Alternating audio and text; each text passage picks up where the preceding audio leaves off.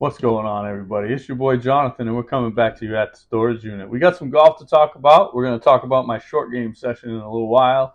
We'll show some videos, and trust me, there's a lot for you guys to learn from that video. It's ugly, I'm not going to lie. You can tell what happens when my head's not there. I made all the mistakes that you guys make out on the golf course. So we can walk you through it, we can help you learn, hopefully get you better at playing off Bermuda grass. Hey, you see what I was talking about the other day when I was hitting balls about how it kind of grows like a wiregrass, like a weed. And if you don't hit ball first, you stick it in the ground and chunk. You're going to see quite a bit of that in this video. It wasn't a good session and I wasn't playing well. My mind was elsewhere. I was kind of thinking about recording this episode, what I wanted to talk about, stuff that I talked about yesterday about the X, as well as the job interview that I have the next couple of days. You're going to see how bad it was. You see, that's a perfect example of what I always talk about deselling, right? When I taught lessons, I would always challenge people: if you're going to miss long. At least missing long gets it on the green, and now you got two putt for bogey at the worst. Again, we'll get into it a little later. You'll see I'll pull out the 6-iron. I'm going to kind of walk you through some shots while we talk about some golf stuff in between. But this shot that I'm hitting here is just a simple pitch. We're going to let the lie dictate the height. We're kind of playing a little forward in our stance, and we want to put the weight a little on our front foot and keep it there, right? Today, my ankle was bothering me, so I didn't go hit balls. I didn't stretch. I didn't do anything. I just tried to hit short game area, and it showed. Sometimes we talk about you were better off just not being there. I'm not a big fan of walking off the golf course. If you start around, you finish it. But when you're in a practice session, sometimes it's not even worth it. We're practicing bad habits and we do bad things. We don't want to repeat that when we get out on the golf course.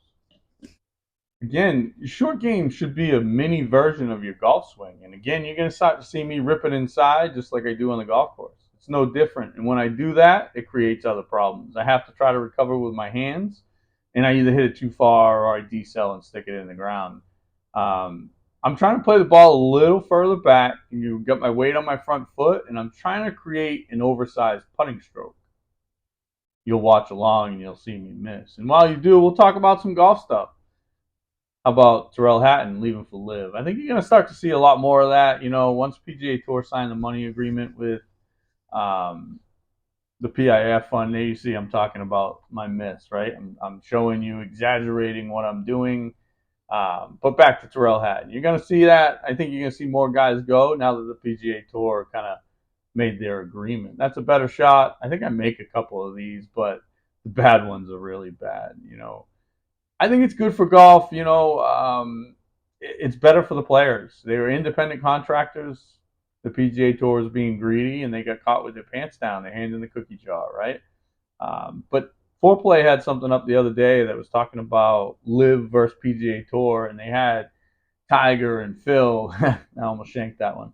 Tiger and Phil, and who would play against each other in matches and who would win. And one of their responses was perfect. The fans would win. What a great event that would be, right? Seeing Live players play against the PGA Tour players in a Ryder Cup format every year. It'd almost be like back in the day, the NFC, AFC, and who knows, we might end up with the Super Bowl of golf. Speaking of the Super Bowl, how about those AFC and NFC championship games last night? 2-1 yesterday, not too bad. I actually hit the number on the head with the score. That was a 49ers Lions game. My buddy was behind the scenes panicking. He's a Niners fan since way back. And I told him, don't worry, they're coming back, I promise. I called it at halftime, 34-31. I was going to go with the Lions to cover, but I just didn't know. I had a feeling it was going to be a shootout. I guess I was right with the over. It was pretty good this run. I may start gambling. Who knows? I didn't have too many over days. Only one, but for the most part, I was in the positive. Makes football fun to kind of have something vested in it. We've been spoiled for the last 25 years as Patriots fans, right? We were in it every year, in the playoffs, in the mix, and hopefully Mayo can get us back to that. Speaking of being in the mix, how about the amateur, Nick Dunlap? It was a great win by him. First time since Phil back in the 90s. I'm not sure I'm a fan of him turning professional, though. I'm a loyal dude. I'm a team player. He committed to Alabama for the spring. They're number 12 in the country, and they have a chance to win the Natty. Money's not an object for him. He was decked out in Adidas gear, so he's already got the NIL money. Stay. you made a commitment to your teammates, grind it out, and try to win, you're still going to be able to play the Masters and all the other events, the majors that you want to. NCAA championship, something they can never take away from you. I was a member of 3 teams that won a ring. It was great. It was fun. It was fun to cheer on your boys. The last one they won while I was at Methodist was actually in Massachusetts. They played at Taconic, and I took the trip out there to go cheer on my guys. It was fun to watch them win. One of the things that all my friends know about me is how loyal of a dude I am, right? I'm a team player, and I love the fact that there's a team aspect to live. That's kind of why I've tuned in, and I think it's where they're going to make their mark. That's why I also think the PGA Tour Live Ryder Cup style is something that the fans would get behind. I really mean it. I think it could truly become the Super Bowl of golf. This next shot is funny. I don't get very frustrated very often while I'm practicing.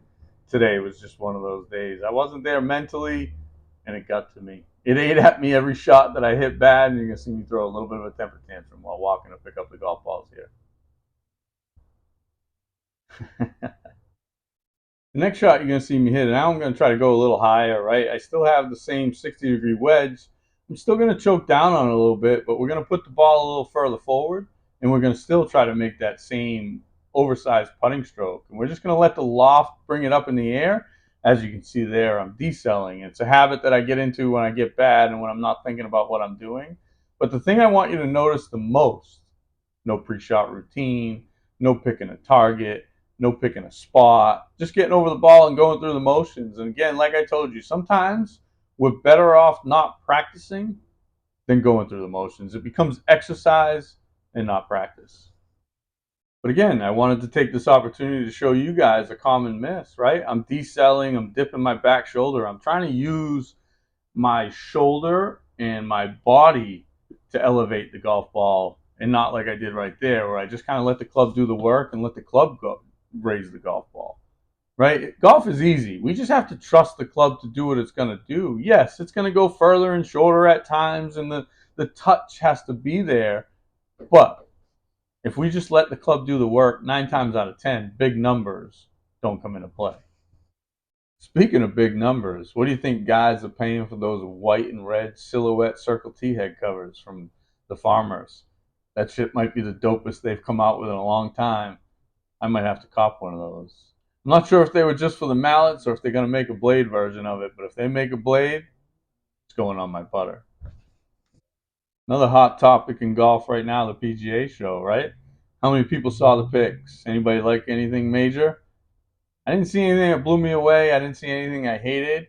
One thing I did see was Travis Matthew still loving those chest stripes. Not a huge fan of the new logo for FootJoy with the 2 points on the corners. Kind of looks a little feminine to me, I'm not going to lie. It looks like a text message blur, but I guess they got to try to reinvent themselves every few years somehow or some way. In other gear news, if we're going to talk swag and gear, we can't not talk about Anthony Kim. If he comes back, the golf world will be buzzing. He was fun to watch in the Ryder Cup. He was a Nike guy with the belt buckles, the white belt. He's a little older now, so we'll see how much swag he can pull off. But he's from our generation. I remember hearing the story of him at DJ Aoki out in Vegas, where he bought a $1,000 Magnum bottle of champagne just to spray it on the crowd. He's a different dude. He's not the golfer type, and we loved him. That was always my issue with the golf industry. They want the same buttoned up, educated golf professional. And it's become boring. You're starting to see businessmen take over. And the finer details and the important stuff to country clubs and members are getting missed because of it. I'm not sure a lot of the pros that I worked for as an assistant would get hired today because of that. You know, there's something to it being a character. The members like it, being a guy's guy. Yeah, obviously there's some types of clubs, the country club, Seminole, Augusta, Pine Valley. Obviously they want the buttoned up, educated guy. Guys like me that couldn't get through the GPTP still have value. I found my niche as a club fitter, and I was pretty good at what I did. Unfortunately, I got tired of being told we make no money from you. So I left. I went out on my own, and you all know what happened next. I'm not going to lie, I'm starting to get the itch a little bit to club fit. I don't want to do it full time, and I don't want to be in the box for 9 hours a day. Maybe a part-time gig on the weekends. Who knows? I also got a buddy that's looking into buying a golf course up in Massachusetts, and I'm pretty sure I can convince him to build a building for me, and we can make some money. Not just as a club fitter. I was pretty good at the shop. I got a pretty good eye when it comes to swag. I didn't have too many misses, and all the logos that I created for my own company were pretty successful. Fashion's always kind of been a part of my life, right? My dad was a football coach and a baseball coach growing up, and in the down times after school when I had to go visit him at practice, I would spend time with the equipment manager, right? We were talking about football helmets, face masks, and what gear to wear and what came in and what undershirts and this, that, and the other thing. It's always been a part of my life. And then when I got involved with the guys from Geno Green, I don't even have to tell you how much fun that was. Stories. Speaking of swag and gear, I was down on South Beach the other day, and I'm not gonna lie, I was a little disappointed at DJ Khaled's golf section. Snipes is a hip hop shop, and I get it, it's kicks, but if you're gonna go in, you're gonna say, "Let's go golfing," this, that, and the other thing every day, and the fact that you're gonna be on tour and start a golfing line, it should be represented in your store. I'm looking forward to getting back into it a little bit. The conversations behind the scenes about the apparel line have been blast. It's fun to come up with your own ideas and then listen to some other people's ideas on top of that. You get a few creative minds together, the sky's the limit on what you can come up with. One of the websites that I've been openly talking about not being a fan of, My Golf Spy, their opinions bought and paid for. See Snell Golf. They used to be at the top of the list when they were advertising with them. Now they're not. I think they fall somewhere probably in the middle. All the golf balls are very similar, so if they're singling one out and saying one's 40 yards longer than the other, they're getting paid to do so. But one of the topics they brought up last week was, is golf getting too expensive? And yes, it is. It's getting expensive. But everything's getting expensive. It's a political conversation, and I'm not going to go down that road. But when fuel costs and food and electricity and everything else goes up, these clubs have to raise their prices. The equipment companies, raw materials are starting to cost more. So, of course, golf is getting expensive. Unfortunately, the timing, it couldn't be worse. We just had a golf boom with COVID, and now all these new golfers are going to struggle to be able to afford to stay in the game. All right, guys, this is the shot that I've been talking about, right? It's really easy on Bermuda. You take a 6-iron, you put it on the back foot, right off your back heel, you shut the face down almost like a putter, and you keep it on the ground the whole time. Unfortunately, this is a little bumpy, so you're going to see some shots kind of get away from me a little bit. One of the things that doesn't happen is when the ball's in the air, the grass doesn't take off speed. So a lot of them go past, but the important fact is all of them go past. It means they're all on the green. It means you got a 2-putt for bogey and you leave. There's no big chili dip. There's no big numbers, no Borelli butter knives across the greens. See how simple it is? It's just letting the club do the work like a putter, and the ball just kind of rolls out. Guys, one of the things I've talked about is never having a lesson, right? I learned things on my own. And growing up at a club that was firm, fast, and had the greens the size of a Jeep's top, you had to learn how to get it up and down. Some of these shots keep double out of play. When you try to hit the perfect shot and hero shot, you start making 7s and 8s, the scores add up in a hurry. How many guys have played with me when I shot above 75? Doesn't happen often because I don't make more than bogey. 4 or 5 bogeys, couple birdies, and you're always right around par. It's a touch shot, and conditions dictate when to use it and when not to use it. But generally speaking, it's going to take a big number out of play, especially on Bermuda where the ball kind of skates across the top of the grass. You don't want 25 footers for par. Those turn into 3-putts. You definitely don't want to hit the same shot twice. There's nothing more difficult than hitting a shot that you just missed. Here, because of the way the ball was bouncing, I went and I switched to an 8-iron just so I can show you kind of a little bit more feel, not having to worry about the bounce. Just kind of getting it up off above the rough stuff that kept giving me bad bounces. I start to hit it a little better and get it a little closer. But again, even on the 6-iron, they were all 10, 15 feet. You're going to 2-putt for bogey. I know you always hear me say simplify, simplify, simplify, but isn't that what practice is? Figuring out the easiest way to take it to the golf course? That's why I'm not a huge fan of simulators, because I don't think there's enough figure it out. Anybody that's had a lesson or fitting with me, I talk about my experiences and my feels, and I ask the questions to you. What does it feel like? How are you doing it? Are you succeeding? Are you practicing this? Or are you exercising, right? Today, it got to a point where it was exercise. So I left. The other thing about practice is we're always going to have to work on the same thing. So if it sounds like I'm repeating myself in every video, it's because I'm repeating myself in every video and every practice session. Here you're going to see me finish with the same shot that I finish every session with, the flop shot. But off grass, especially Bermuda grass, it's a lot different than a mat. It's harder to hit this shot than any other shot, and that's why we call it a do or die. Off the mat, you have the bounce, the cheating. Off the grass, especially Bermuda, it's easy to stick it in the ground. And of course, I'm afraid to blade it because the guy's across the green. So you're not going to see me be very successful with this one. I hit a couple that are okay, but none that I'm really in love with. The hardest part about hitting a flop shot is committing to it, creating the speed that creates the height. When you're hitting it well and you're trusting it, the harder you swing, the higher it goes, not the farther it goes. So, with people in the distance, I'm afraid to blade it, especially since I wasn't swinging well today, like that one right there. I decel and I blade it, but it doesn't go far enough to put the people in jeopardy. Again, golf is tough, and this is the toughest shot in golf, and we're all crazy. We talk ourselves into more bad shots than anything else. If we just trust ourselves and execute, we'll be okay.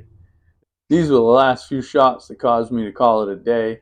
And again, like I said, it wasn't worth it.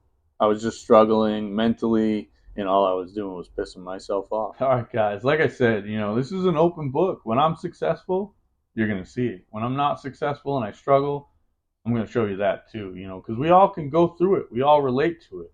How many guys have gone into slumps for a couple of weeks and they can't figure out how to get out of it? And they're trying to practice and they're pounding balls, and all they're doing is reaffirming bad behaviors and bad habits and bad shots and putting more self-doubt and more bad thoughts into your head.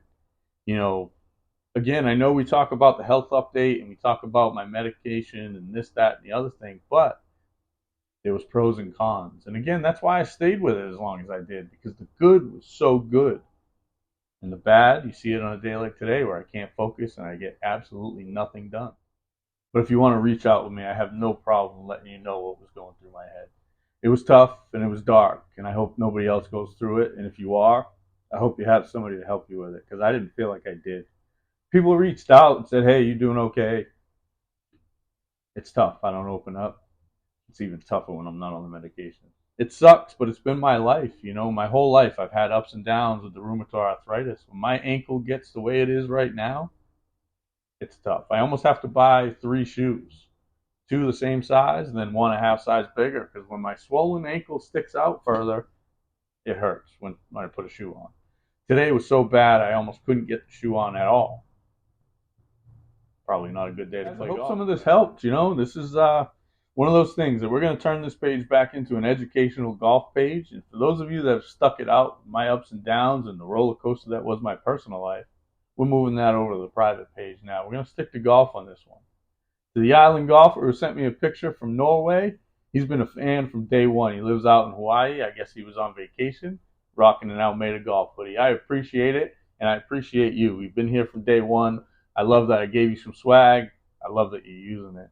Big job interview tomorrow, and a couple guys flying in on Wednesday. We're going to talk about some other opportunities. I can't wait to see.